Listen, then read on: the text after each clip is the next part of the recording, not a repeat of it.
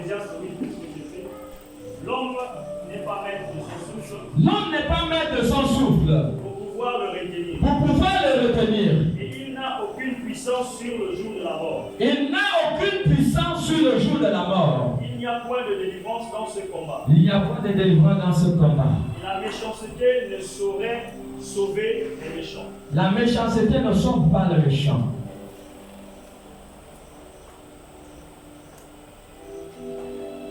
L'homme riche, il fallait qu'il meure pour découvrir la vérité lorsque c'est trop tard. C'est pas le maboulisme. Est-ce que c'est normal pendant que tu as toutes tes facultés, ton intelligence, de prendre conscience des choses, des avertissements du Seigneur, des prophètes, pendant que tu vis, tu as l'opportunité de te repentir, de rebâtir ta vie et de repartir à nouveau avec Jésus-Christ. Pourquoi il s'est fait aussi un grand mal? C'est dans l'affaire qu'il va découvrir la vérité. C'est dans l'affaire qu'il va se dire, mais qu'est-ce que je fais?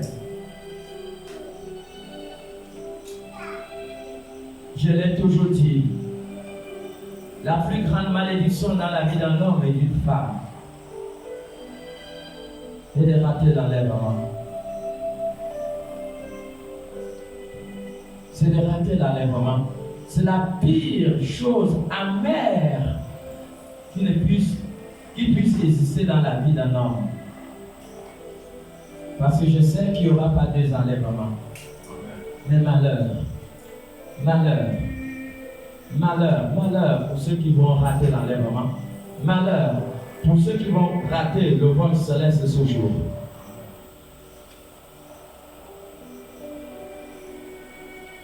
À l'époque de Noé, c'était la même chose. Parce que nous voyons le monde d'à présent a le même caractère que le monde de l'époque de Noé. Matthieu 24, 38 à 39 nous a dit que les jours qui précédaient le déluge, ça veut dire que le déluge devait arriver dans quelques jours. Après que Noé a prêché partout que Dieu devait détruire le monde, le jour qui précédait le déluge, c'était comme s'il n'y avait rien. Les gens vaquaient à leurs occupations comme s'il n'y a rien. La parole de Dieu nous dit que les gens se mariaient. Ils faisaient leurs choses comme s'il n'y avait rien. Alors que dans quelques jours, Dieu était prêt pour ouvrir les bancs de cieux pour faire descendre l'eau qui devait inonder et dépasser la plus haute montagne du monde de l'époque. Mais aux yeux de ce peuple, c'était de la rigolade, comme on peut voir aujourd'hui. Regardons l'attitude des gens. C'est comme s'il n'y a rien.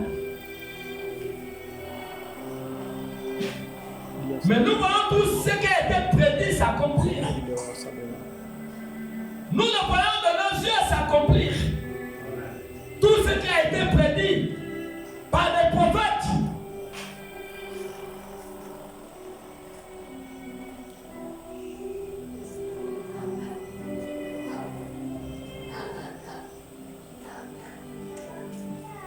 La plupart des personnes sont dans la distraction. La plupart des personnes, ça ne leur dit rien.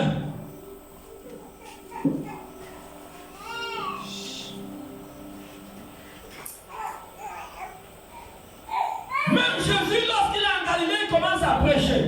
Jésus dit, les temps sont accomplis. Il dit, répandez-vous et croyez à la bonne nouvelle. Dans Marc 1, 14, à partir du verset 14. Il dit, croyez à la bonne nouvelle. C'est le message que Jésus a commencé prêcher. Voilà pourquoi les dirigeants, je comprends pourquoi Jacques chapitre 3 dit que les prédicateurs seront sévèrement, les enseignants seront sévèrement jugés. Parce qu'il est inadmissible aujourd'hui que les dirigeants d'église devaient préparer le peuple à sortir du péché, à sortir de la culpabilité. Mais quels sont les messages qui sont prêchés? Est-ce que là que nous sommes, c'est les messages qu'on doit dire, tu sois béni? Éphésiens 4 dit que nous avons été bénis avant la fondation du monde. Est-ce que les messages qui sont transmis par plusieurs dirigeants amènent le peuple à la préparation?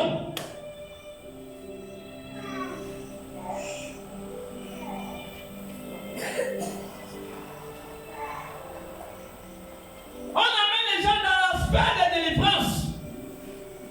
La délivrance. C'est bien. Mais la délivrance n'amène personne au paradis. Amen. Parce que nous voyons aujourd'hui des églises qui sont spécialement sur la délivrance. Mais on ne parle pas du salut. On ne parle pas que les prophéties se sont déjà accomplies. Que les gens doivent se préparer, les gens doivent sortir du péché pour pouvoir se conformer selon les principes, selon les règles, pour être enlevés. Il y a des messages quand vous regardez à la télé, à l'heure que nous sommes. Vous pouvez vous mettre à pleurer. Je comprends pourquoi Jésus pleure dans le ciel. Et lorsqu'on prépare le peuple pour dire que l'heure est là, chacun doit se préparer parce que nous attendons cet événement mondial. Quelque chose peut se passer à n'importe quel moment. Mais ce n'est pas le cas. Ce n'est pas le cas.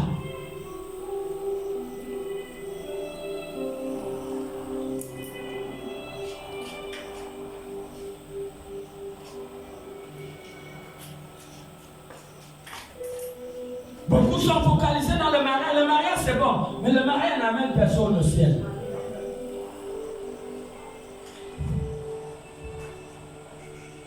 Beaucoup sont focalisés sur les choses éphémères de la terre, alors que le temps est déjà accompli.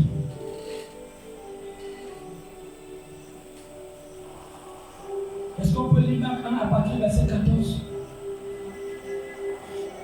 Le temps est accompli. Il n'y a plus de temps à perdre.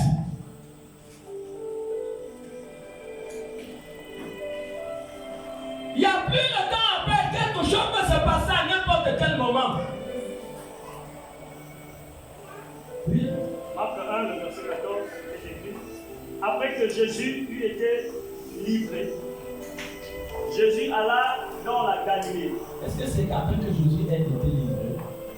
Il ne faut pas faire les gens enfants. Regarde bien. Vas-y, reprends. Après que Jean eut été livré. Après que Jean eut été livré. Jésus alla dans la Galilée. Jésus alla dans la Galilée. Prêchant l'évangile de Dieu. Prêchant l'évangile de Dieu. Il disait. Le temps est accompli. Si les temps se sont accomplis à l'an 33. Et le royaume de Dieu est proche. Alors, nous qui sommes arrivés à l'an 2022, nous nous sommes plus approchés encore de l'enlèvement comme à aucun autre moment. Répentez-vous et croyez à la bonne nouvelle. Et Jésus lui-même a commencé le message à dire, répentez-vous, répentons-nous et croyons à la bonne nouvelle.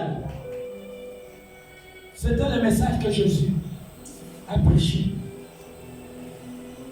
Il a prêché ce message exactement entre l'an 30 et l'an 33 au premier siècle. C'est la date auquel le message a été prêché. Où sommes-nous aujourd'hui? 2000 ans se sont ajoutés après cette prédication. Nous sommes en 2022. Alors, est-ce que ce temps que nous sommes, C'est un temps où quelqu'un doit blaguer. C'est un temps où quelqu'un doit s'amuser. Tu es venu chercher quoi sur la terre? On est venu chercher quoi? Mais ça, il y a un but principal pour lequel nous sommes venus sur la terre. Qu'est-ce que quelqu'un amène le dernier jour? Tu vas amener quoi? Qu'est-ce qu'un homme amène? La Bible déclare que vanité est vanité. Dans Ecclésiaste 1, 2, il dit vanité de vanité, tout est vanité. 1 Timothée 6, 7 dit que nous n'avons rien amené dans le monde et nous n'allons rien amener le dernier jour. Qu'est-ce que l'homme amène?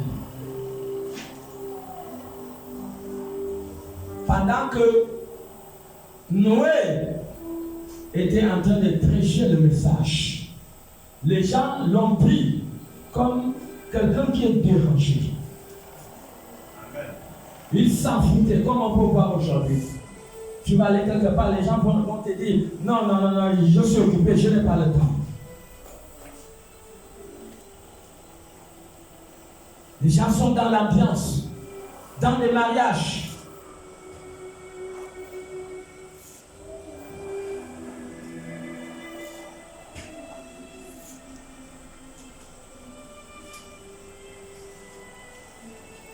Combien de personnes se marient aujourd'hui dans les mairies?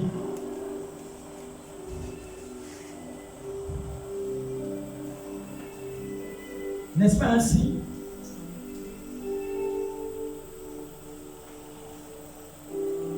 Luc 17.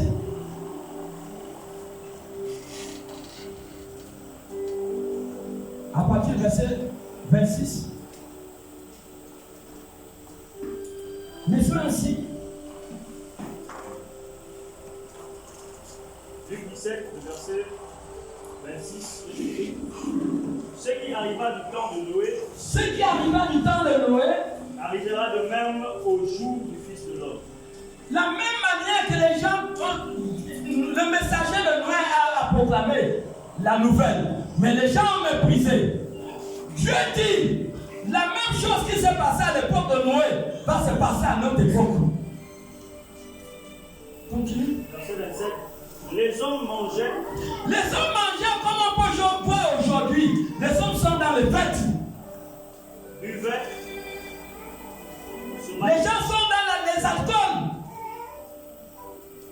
Se mariaient. Combien de mariages? Est-ce que dans les années 1980, 82, il y avait autant de mariages comme aujourd'hui? Mais c'est un signe prophétique. Ils mariaient leurs enfants. Jusqu'au jour où Noé entra dans l'arche. Jusqu'au jour où Noé entrait dans l'arche. Le déluge vint. Le déluge vint. Et les filles tous périrent. Et les filles tous périrent. Continue. Verset 28.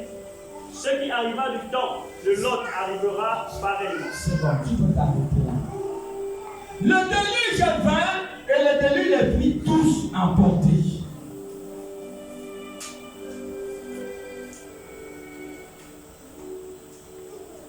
Est-ce que quelqu'un tient à sa vie? Tu sais que tu as une femme. Où ira ton âme? Le dernier jour. Ecclésiaste 7.1 dit qu'on trouve un sage ou on pleure un mort. Parce qu'un jour, tu te trouvais devant un mort et tu t'es vu qu'un jour ça serait ton tour. Et quel chemin vas-tu prendre? Toi et moi, nous savons que ça va arriver si Jésus ne vient pas vite.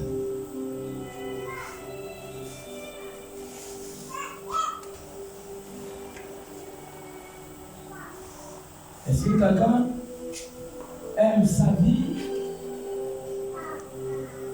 Est-ce que tu aimes ta vie?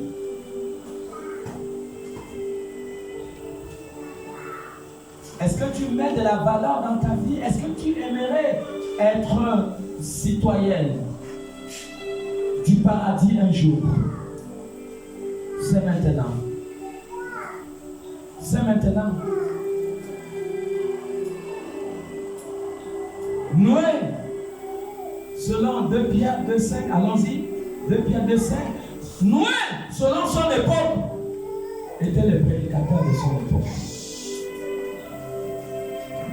Et notre époque, Dieu a des messagers, des prédicateurs de notre époque. Et Dieu n'a jamais cessé de parler à son peuple. 2 Pierre 2, le verset 5, 8. 2 Pierre 2, le verset 5. S'il n'a pas épargné l'ancien monde, si Dieu n'a pas épargné l'ancien monde, mais s'il a sauvé Noé, s'il a sauvé Noé, lui, huitième, ce prédicateur de la justice, Noé était un prédicateur de la justice. Lorsqu'il fit venir le déluge, lorsqu'il fit venir le déluge, sur un monde impie, sur un monde impie. Verset 6. C'est bon. Noé a prêché à son époque. Il était le prédicateur de l'heure. Il était le dernier messager de l'heure.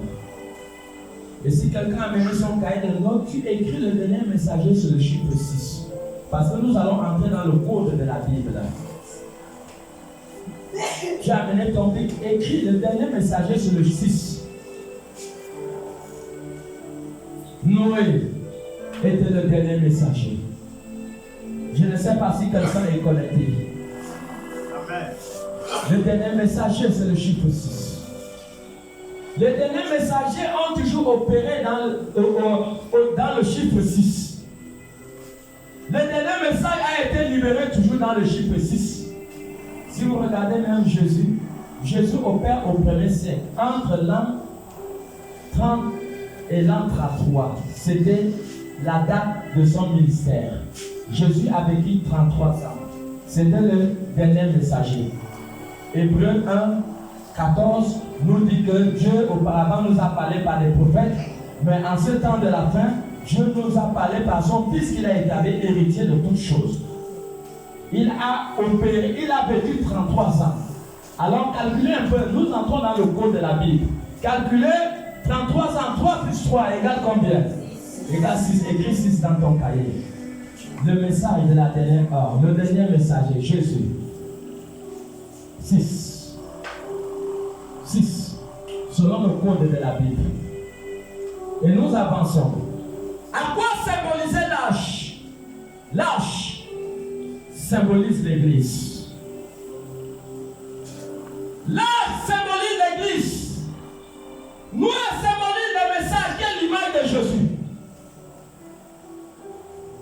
Et les 8 personnes qui ont été sauvées symbolisent de un nouveau commencement. Écrivez dans vos cahiers de 1. Le 8 symbolise un nouveau commencement. De 2, le 8 symbolise les élus. Les 8 personnes qui ont été sauvées dans l'âge symbolisent les élus. Ils symbolisent les élus. L'âge avait 3 parties qui symbolisent les 3 parties de l'église, du temple. À l'époque, il y avait le parvis intérieur, le lieu saint, il y avait le lieu très saint. Et même l'arche avait 3 parties. Pour nous amener à comprendre que l'arche est véritablement l'image de l'église. Alors, à quoi symbolise les eaux? Les eaux sont l'image du feu qui va dévorer la terre. C'est l'image du feu. Alors, qu'est-ce qui s'est passé? Regardez, l'arche a été construite quand? Le message a été prêché quand? Vous allez voir, nous avons dit que le chiffre 6, c'est le dernier message ou le dernier messager. Et nous sommes dans Genèse exactement 6. Et c'est bizarre. Genèse 6. Nous allons d'abord lire le verset 5. Genèse 6, le verset 5. Dieu nous parle selon le code de la Bible. Oui. Genèse 6, verset 5. Oui. L'Éternel vit que la méchanceté des hommes était grande La méchanceté des hommes était grande sur la terre, sur la terre. et que toutes les pensées de leur cœur Toutes les pensées de leur cœur, se portaient chaque jour uniquement vers le mal. toutes les pensées de leur cœur se portaient chaque jour, toujours vers le mal. Oui. L'Éternel se répandit d'avoir fait l'homme Il s'est réparti d'avoir fait l'homme sur la terre, sur la terre. et il le fut affligé en son cœur. Dieu était triste. Attends d'abord. Dieu était triste d'avoir créé l'homme. Triste. À cause des actions qui étaient posées par les hommes. Il était triste. Oui. Et l'Éternel dit, Et il dit, j'exterminerai de la face de la terre l'homme, Dieu prend la décision de détruire, d'effacer la surface de la terre. l'homme que j'ai créé. L'homme qu'il a créé. Depuis l'homme jusqu'au bétail, Depuis l'homme jusqu'au bétail, aux reptiles aux reptiles, et aux oiseaux du ciel. aux oiseaux du ciel. Allons au verset, à partir du verset 12 à 18. Verset 12. Oui. Dieu regarda la terre, Dieu regardait la terre, et voici, et voici, elle était corrompue, elle était corrompue. car toute chair avait corrompu sa voix sur la terre. Toute chair avait corrompu sa voix sur la terre. Alors Dieu dit à Noé, Alors Dieu dit à Noé, la fin de toute chair est arrêtée la fin de toute chair est arrêtée par devers moi, par des mois. car ils l'ont rempli, Ils l'ont rempli la terre de violence. de violence. Voici, Voici, je vais les détruire avec la terre. je veux les détruire avec la terre. Fais-toi une arche de bois, Fais-toi une arche de bois, de goffet. de goffet. Tu disposeras cette arche Tu disposeras cette en arche cellule. en cellule. Regardez, l'arche est construite où? Au chiffre 6. Le dernier message et le dernier messager. C'est à 6 que l'arche est construite. Et vous savez, après 6, le chiffre 7 c'est la fin. Parce que le 7 c'est le chiffre de la perfection. Quand vous voyez 7, c'est la fin de Dieu a dit. Voilà pourquoi la terre n'arrivera pas au 8e millénaire sans que Jésus-Christ arrive. Parce que nous sommes dans le code de la Bible. Ce sont des choses que beaucoup de gens ne connaissent pas. Nous sommes au chapitre 6. C'est au chapitre 6 que la terre a été construite. Viens un peu, c'est pas, reviens pas un peu haut, quoi. Chapitre 6, le verset 5. Non, chapitre 7, le verset 5 dit quoi? Le verset 5, oui. Moi, avec quel âge? Oui. Noé exécuta tout ce que l'Éternel lui avait commandé. Oui. Noé avait 600 ans. Regardez. Pourquoi pendant le chiffre 6, au chapitre 6, Dieu ordonne la construction de l'arche. Noé a 600 ans, le chiffre 6. Noé représente le dernier messager, qui est la personne de Jésus, au chiffre 6. Je ne sais pas si quelqu'un comprend quelque chose. Reviens encore à ta lecture où tu t'es arrêté. Le chiffre 6, le dernier message et le dernier messager. Le 6. C'est au chapitre 6 que l'arche a été construit. C'est au chapitre 6 que le message a été prêché. Parce que 2 Pierre 2:5 nous a défini Noé comme étant un prédicateur. Il y a beaucoup qui ne savent pas que Noé était un prédicateur. Mais ce soir, vous le savez.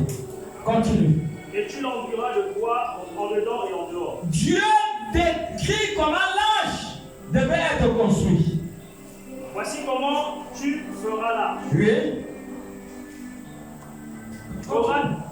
L'arche aura 300 coudées Il aura 300 coudées. de longueur, Oui.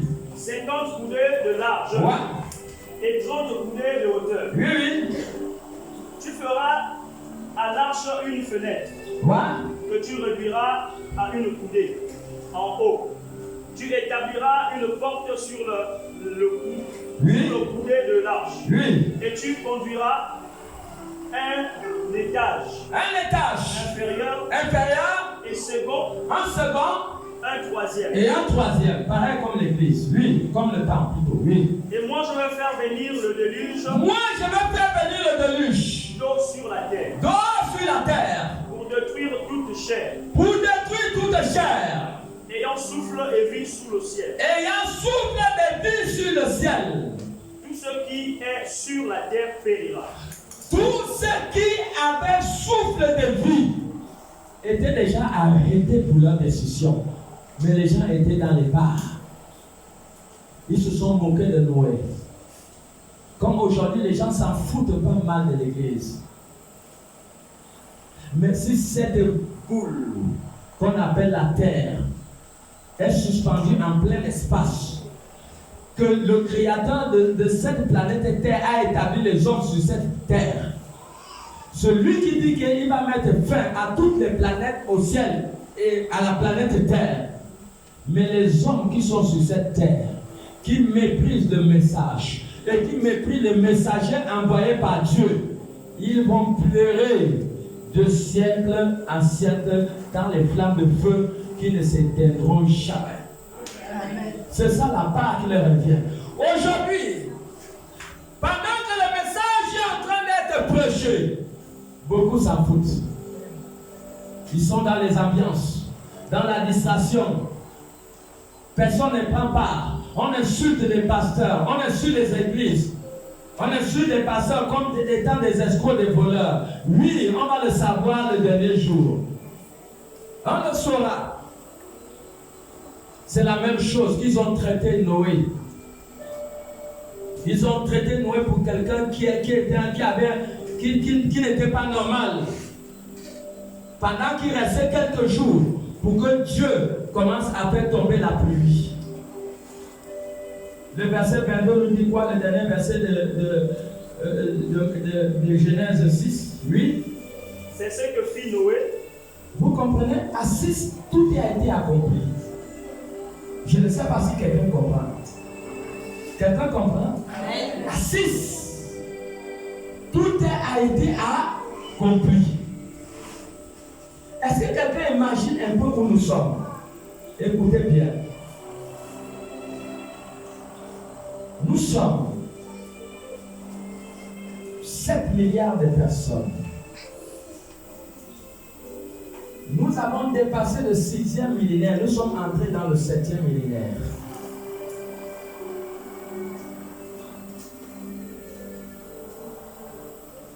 Il y a 7 anges qui vont sonner 7 trompettes.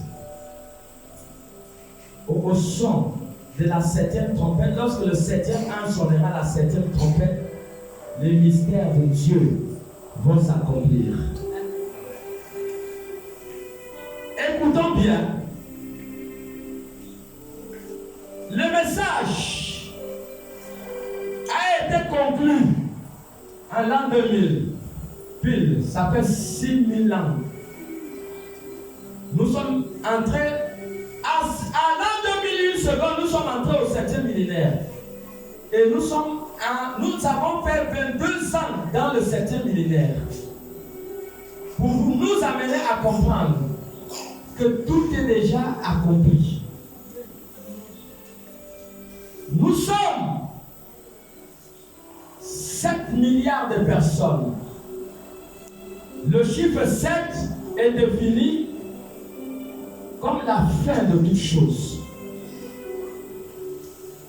La fin de toute chose. Voilà pourquoi vous allez voir. Pourquoi? Lorsque Dieu a fini avec Noé au chapitre 6, maintenant qu'est-ce que le chapitre 7 à partir du premier verset nous dit?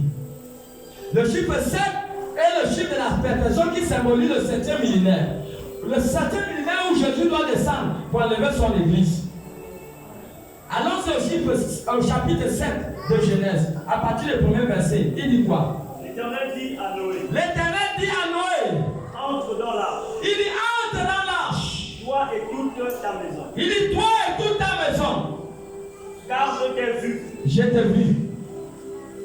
Juste devant moi parmi cette génération. Juste devant toute cette génération.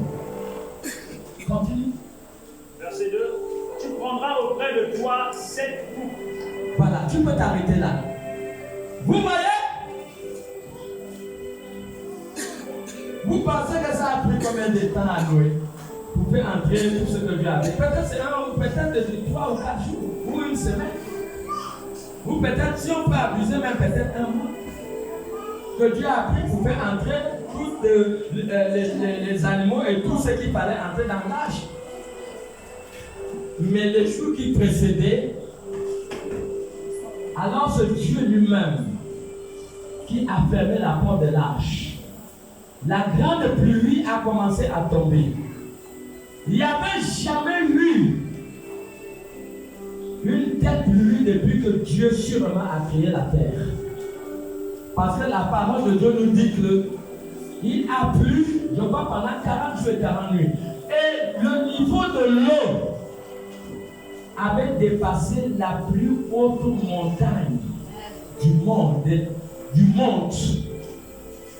Tous ceux qui avaient souffle de vie ont péri.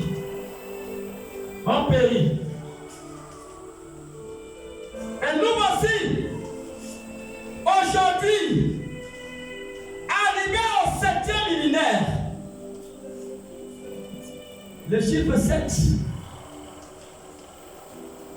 c'est l'accomplissement de toutes choses. Le chiffre 7, c'est la fin. Et ce millénaire, nous attendons sûrement l'arrivée de Jésus-Christ. Nous attendons l'arrivée de Jésus-Christ.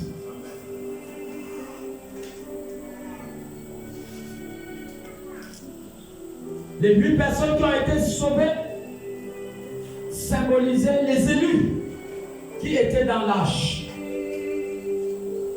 Même lorsque Dieu Noé a fini de construire l'arche, je suis sûr que Noé les a seulement dit de venir entrer dans l'arche.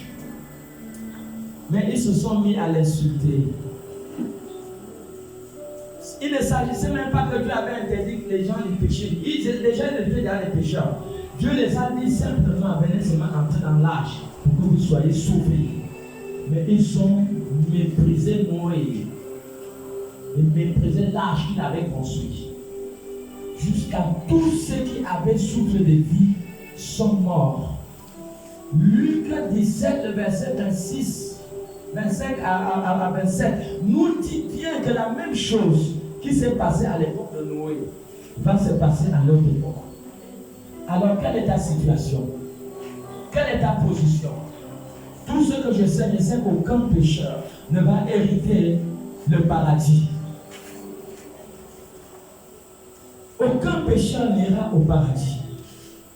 Est-ce que cette parole interpelle quelqu'un ce soir? Est-ce que cette parole interpelle quelqu'un ce soir? Le chiffre 7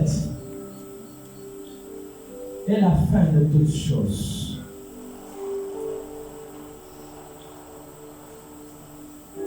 Le chiffre 8 est un nouveau commencement. Au 8e millénaire, alors le royaume de toutes choses sera remis à Jésus-Christ. Selon Apocalypse chapitre 11, verset 15. Suivez bien. 7e millénaire, l'arrivée de Jésus-Christ. Le chiffre 8, selon le code de la Bible, étant le renouvellement de toutes choses, ce sont les 8 personnes qui sont sorties de l'âge, qui ont refait le monde. Et quand on arrive au chiffre 8, c'est un nouveau commencement.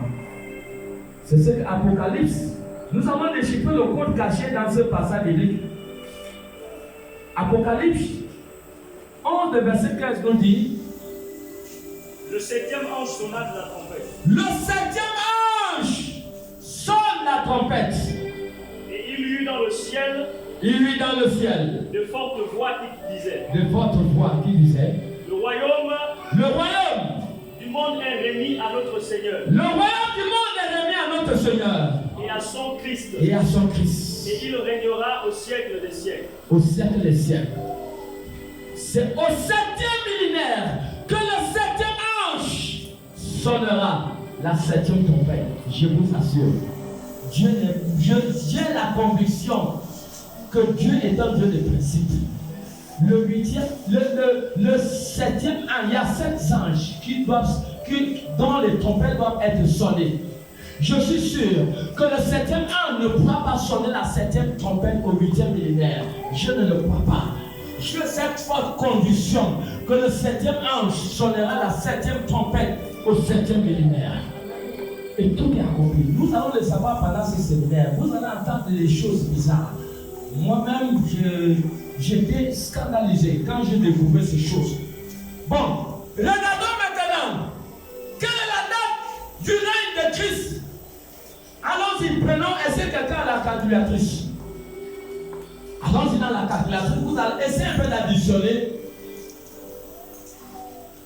Apocalypse, nous avons dit le chapitre 11, tu additionnes 11 et tu additionnes aussi, tu fais 11 plus 15.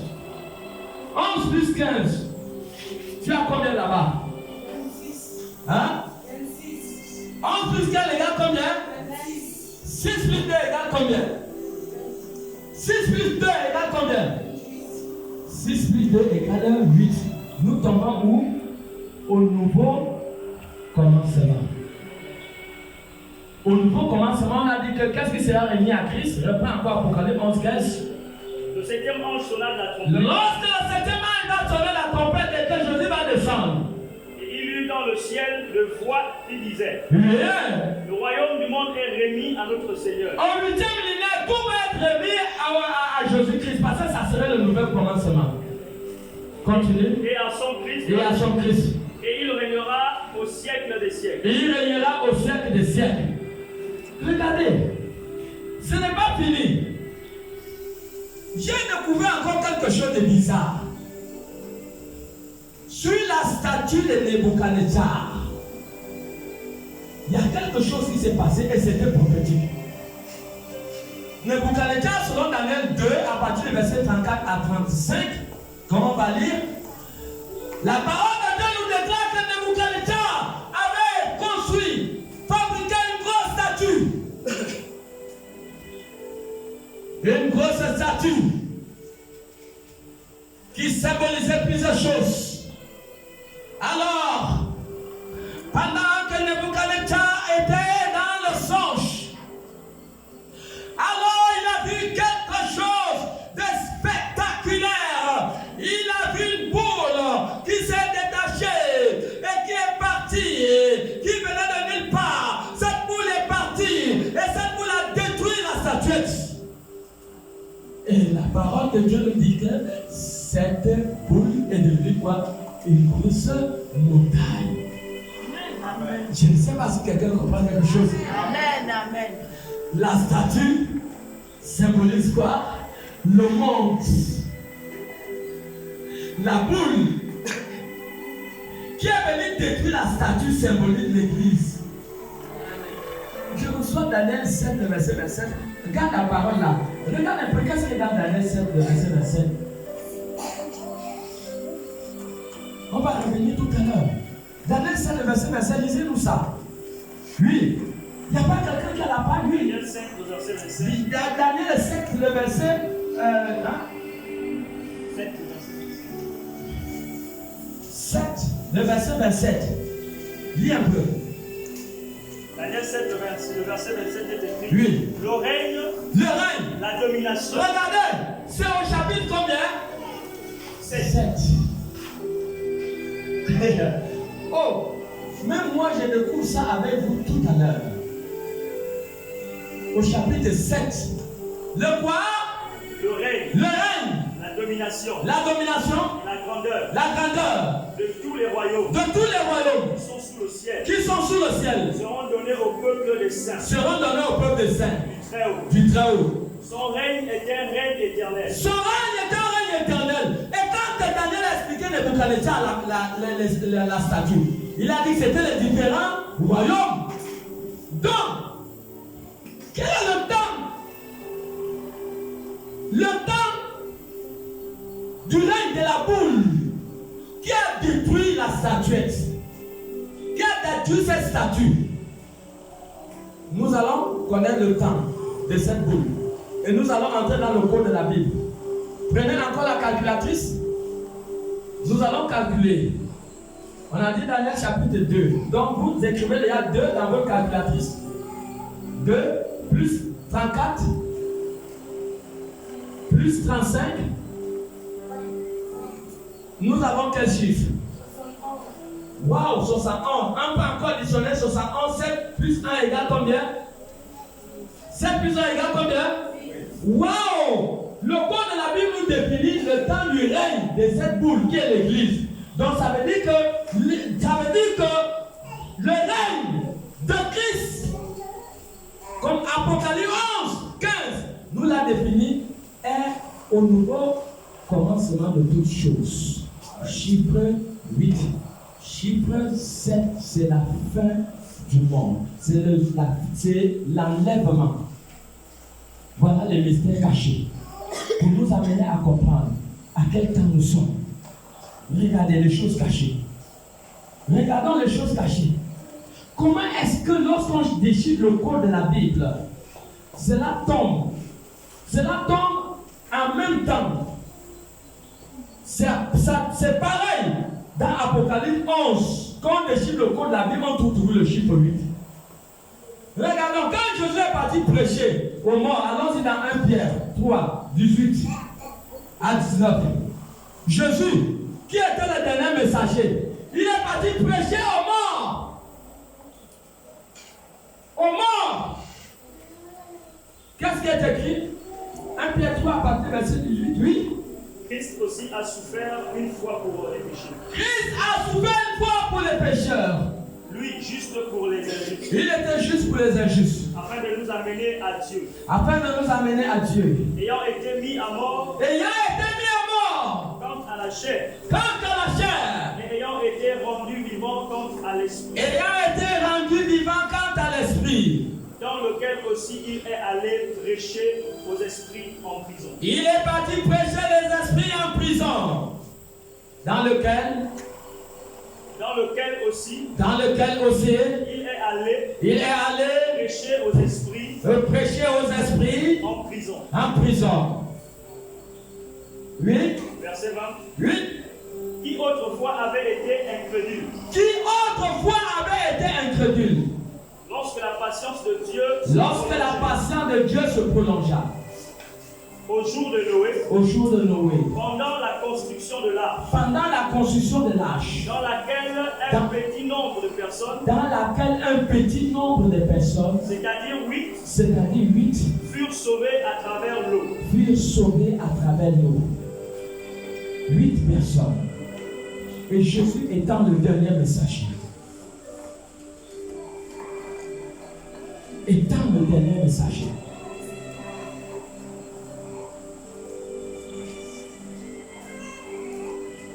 Voilà où nous sommes. Tu as commencé où? 1 Pierre? Oui. Le verset 18. Hein?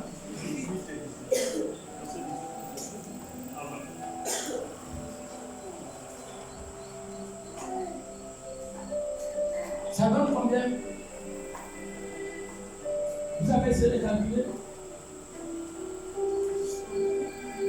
3 plus 8, c'est là combien? Hein?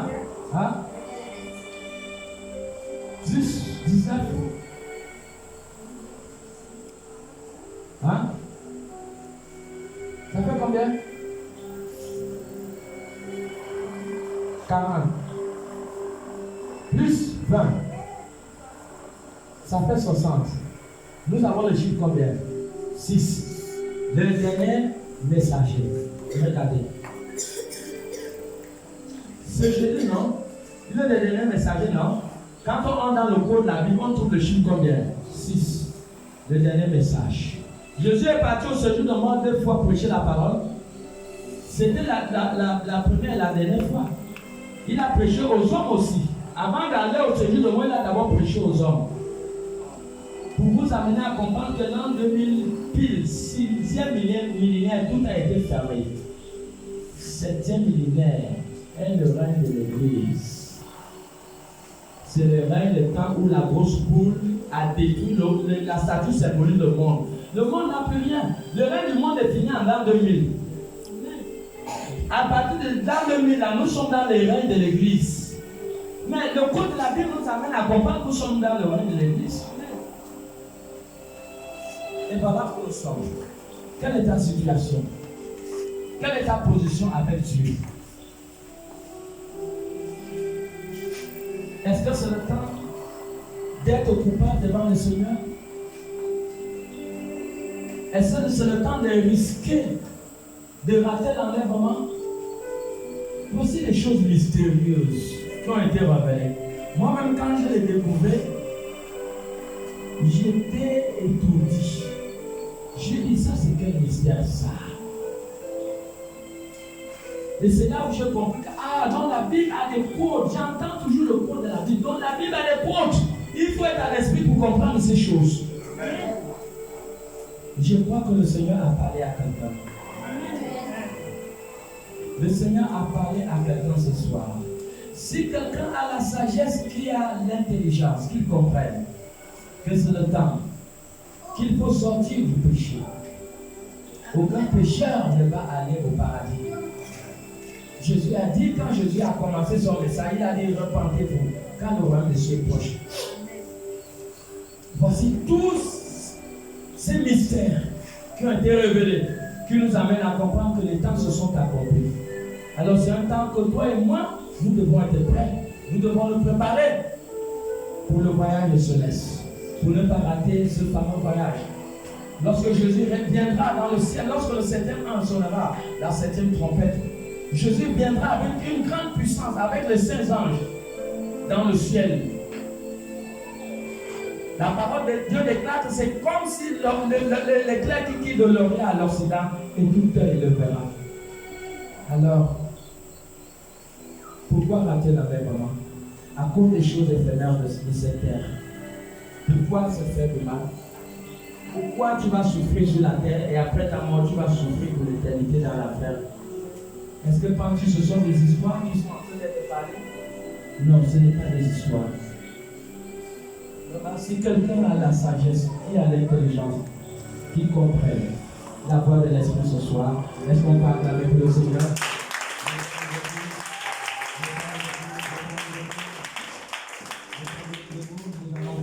Nous allons prier. Est-ce que la chorale peut nous amener dans une partie d'adoration? Nous allons prier. Nous allons prier, lève la voix, commence à dire à Dieu de t'aider. Ce n'est pas par la force, c'est par l'esprit. On ne peut pas sortir du péché par la force. Dis à Dieu, lève la voix, commence à prier. Commence à prier, dis à Dieu, aide-moi. Dis à Dieu, aide-moi. Aide-moi. Commence à prier, mon bien-aimé. Le roi de Dieu appartient au violent. Chacun doit se faire violent. Prie. Dis à Dieu de t'aider. À Jésus d'écouter. Que Jésus nous aide à nous tous. Que Jésus nous aide. Que Jésus nous aide.